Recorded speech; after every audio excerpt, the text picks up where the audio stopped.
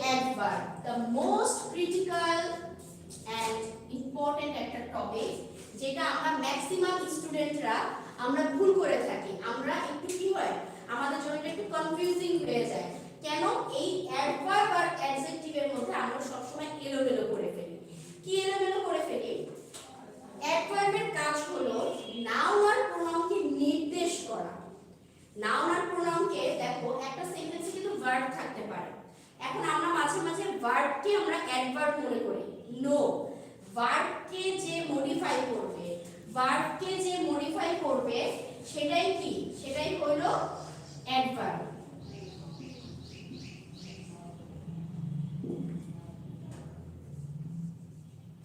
যেমন she works slowly,